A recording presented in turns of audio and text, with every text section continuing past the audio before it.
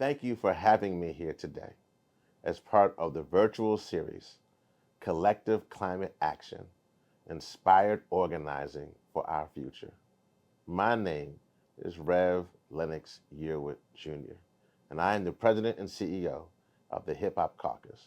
It is an honor to be here among other social justice champions using storytelling to inspire change. So I want to start off with a story to tell you. A few years ago, when I was organizing around climate justice, I was giving a speech in New York City. But I was giving this speech in the place where a young man had been killed and shot by the police earlier. After giving this speech, a young brother came to me, no more than 13 or 14 years old. And he said, "Man, Rev Yearwood, I loved your speech. That was amazing. And I wished all environmentalists looked like you." So you can imagine, I was like, "That's nice. I'm excited. Thank you so much." But then he hit me with a genius outside the academy and a question that to this day rocked me that I want to share with you. He asked me, he said, "But Rev, I got to ask you a question." I said, "Please, go ahead." He says, "I understand all these things regarding climate justice and what's going on with the planet, but why do you want to save hell so bad?" And that hit me because I realized that even if we solve the climate crisis, the issues of poverty, police brutality, economic injustice, folks hurting one another would still exist, and particularly in these communities. And so from that aspect, I realize, as I have known and those before me, that it takes collective organizing and collective action to truly make change happen. Because young people understand that even if we solve the issue of the climate crisis, even if we somehow avert the disaster of those who the sea level rise from happening, it still will leave behind hurt and pain and destruction. So we recognize the power of immersive storytelling and its ability to make complex issues accessible and relevant to everyday people. Through language, images, sound, and video, we share perspectives on our world that helps us to understand and challenge our ideas about who we are and who we can become. At Hip Hop Caucus, we harness the power of music, art, and culture, and community-driven advocacy to inspire narrative and policy change. We are a collective of artists, activists, strategists, and storytellers working together to address the myriad of social issues that directly impact the most vulnerable communities. So we're not trying to save hell, we're trying to save hope. Hip hop has long been a form of storytelling that reflects current events for people first and worst impacted by the socio-economic gap. From artists like Karis One and Queen Latifah to Kendrick Lamar and No Name, hip hop music tells the story of our joy and our pain, the systemic barriers that perpetuate inequality, and our visions of our future without them. So we got our start almost 20 years ago at a pre-election rally on Howard University's campus, my alma mater, in Washington, D.C., on September 11th of 2004. Hundreds of energized students came out to express their love for hip-hop and their concern about what was at stake on the ballot. From that day, our work has expanded globally. We fought for clean water in Flint, Michigan, fundraised for earthquake relief efforts in Haiti. We've marched for the demilitarization for police in South LA, and we've advocated for a transition to clean energy at the United Nations Climate Change Conference in Dubai. To this day, much like when we started, we continue to strive for racial justice, economic justice, climate and environmental justice, gender justice, LGBTQIA rights, and healthy communities on a healthy planet. Our goal is the same. We are not trying to save hell. We're trying to save hope. Last year, we recognized the 50th anniversary of hip hop. It was a time to celebrate and reflect on how hip hop has shaped music, culture, fashion, and politics. But it was also the 50th anniversary of mass incarceration. Last year also marked 50 years since the passing of the since overturned landmark Supreme Court case Roe v. Wade. As is true of the experiences of many marginalized groups, like that little boy, we had to hold our jubilation for how far we've come with the reality of the rights and protections that are being slowly stripped away. Our storytelling work is grounded in creative projects, including an all-Black climate-centered podcast, The Coolest Show, original music, documentaries, mural activations, animated shorts, and even stand-up comedy.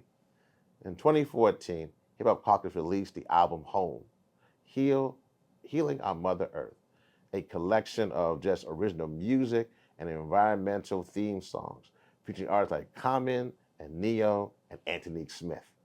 We've created a series of short animated videos called the Green Justice League that help make plain some of today's major climate and environmental justice issues.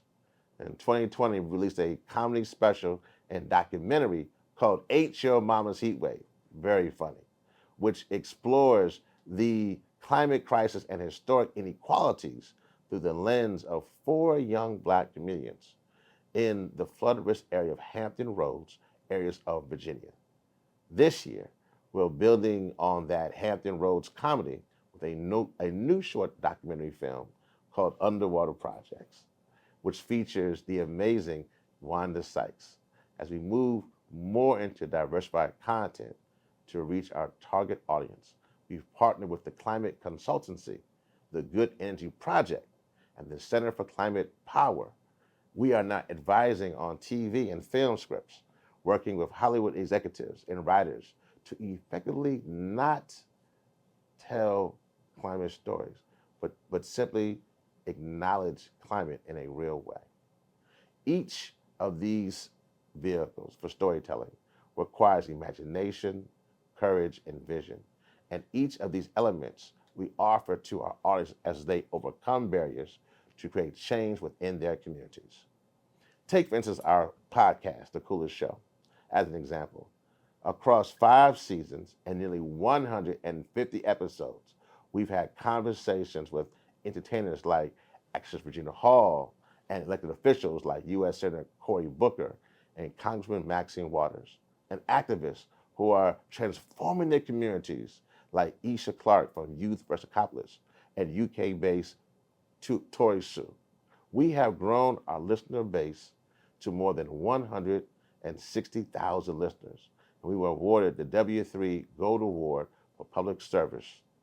Beyond the guest, the awards, and wherever, our loving curated season themes and their episode arcs, it is our North Star goal to broaden the climate movement through storytelling with Black liberation as an underlying framework. That's our goal. We meet people at their entry points by using culture as a way to engage, and we approach storytelling from a collective perspective.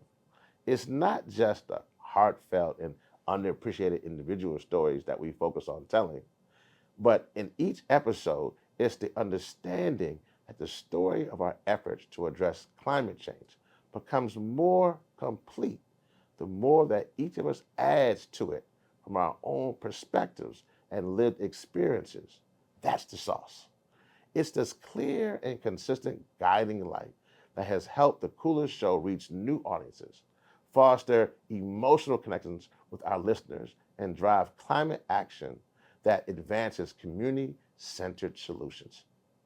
Our storytelling work also aims to create awareness and inform.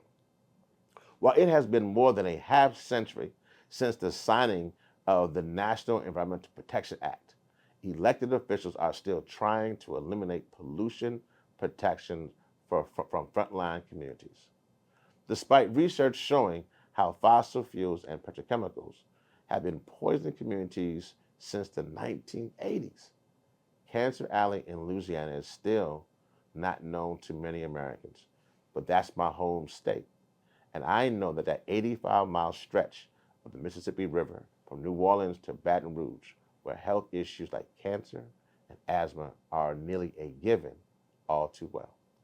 So while I'm elated to be here with you and to share this platform with so many just incredible visionaries, I don't want to leave today without us all being on the same page. At one, we are in the climate crisis. It's here, it's not coming.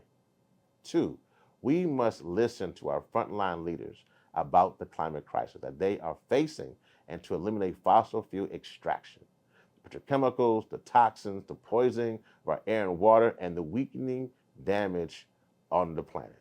And three, we must tell the intersectional stories of the climate crisis so that no one can say they didn't know that we are in a crisis and that they didn't know what the solution was.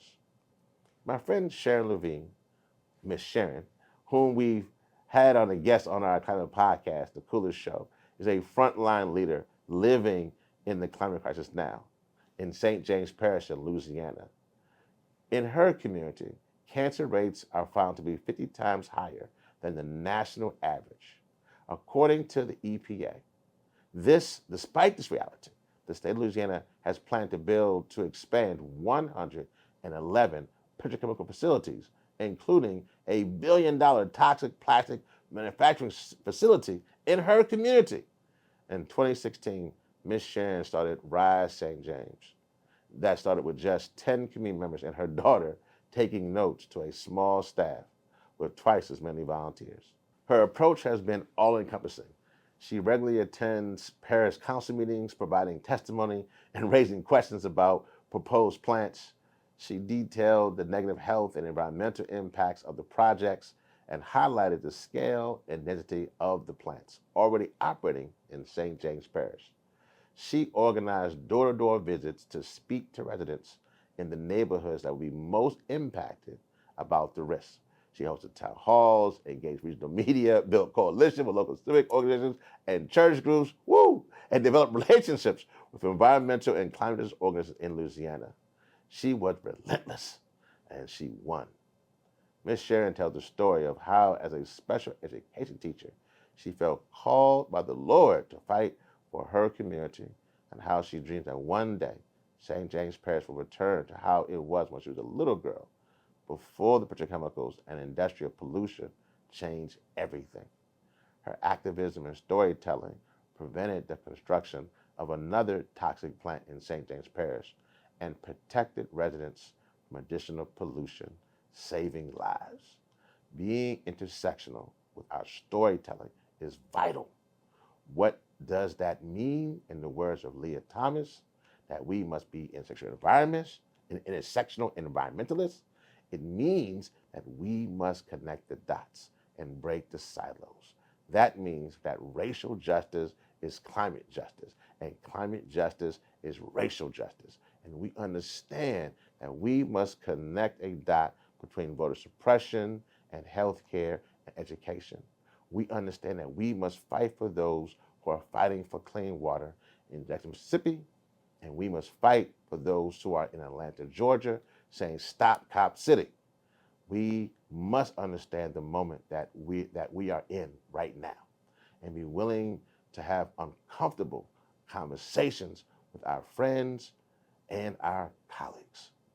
Storytelling matters for many reasons, including how it validates the experiences of those who are often forsaken for being viewed as less than, left behind by policy solutions that don't address their needs or are absent from mainstream media conversations. It's why we at Hip Hop Caucus lift up these stories whenever we can. It's why we speak truth to power. The way to push our elected leaders to grant the change that we must see and we need is to tell and keep telling these intersectional stories of struggle and sometimes of triumph in the face of environmental injustice. Tell them so often and so loud The people can't be ignored. Call for a climate emergency. Stop petrochemicals. Stop the export of LNG all over the world to prop up wars and conflicts.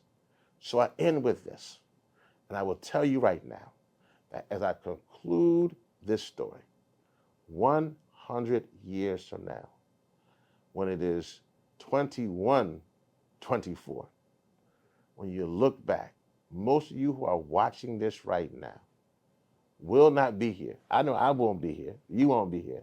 Unless you find some really good drugs, then give me a call at Rev Yearwood. But most of us won't be here.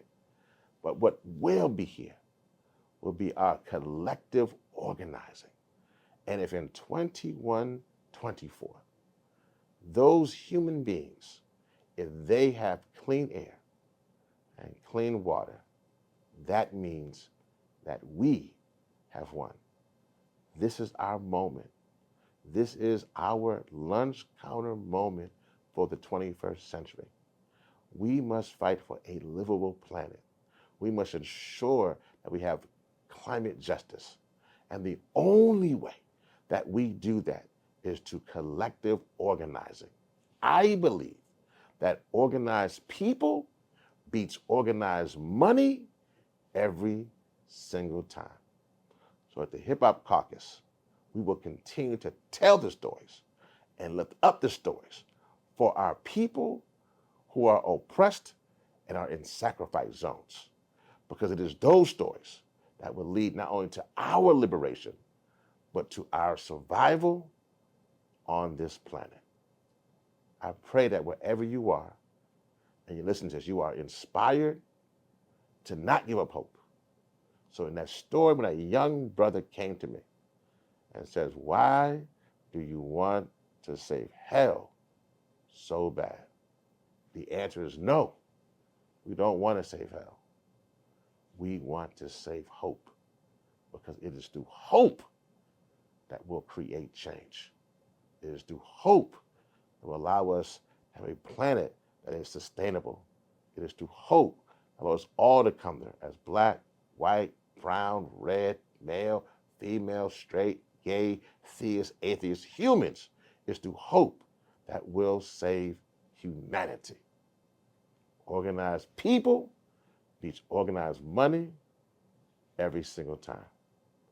Thank you so much, and be a part of the Hip Hop Caucus. Please go to hiphopcaucus.org. Follow us on our social media, check out our videos, check out our work. Be a part of our team, because I know that teamwork makes the dream work. And all power to the people.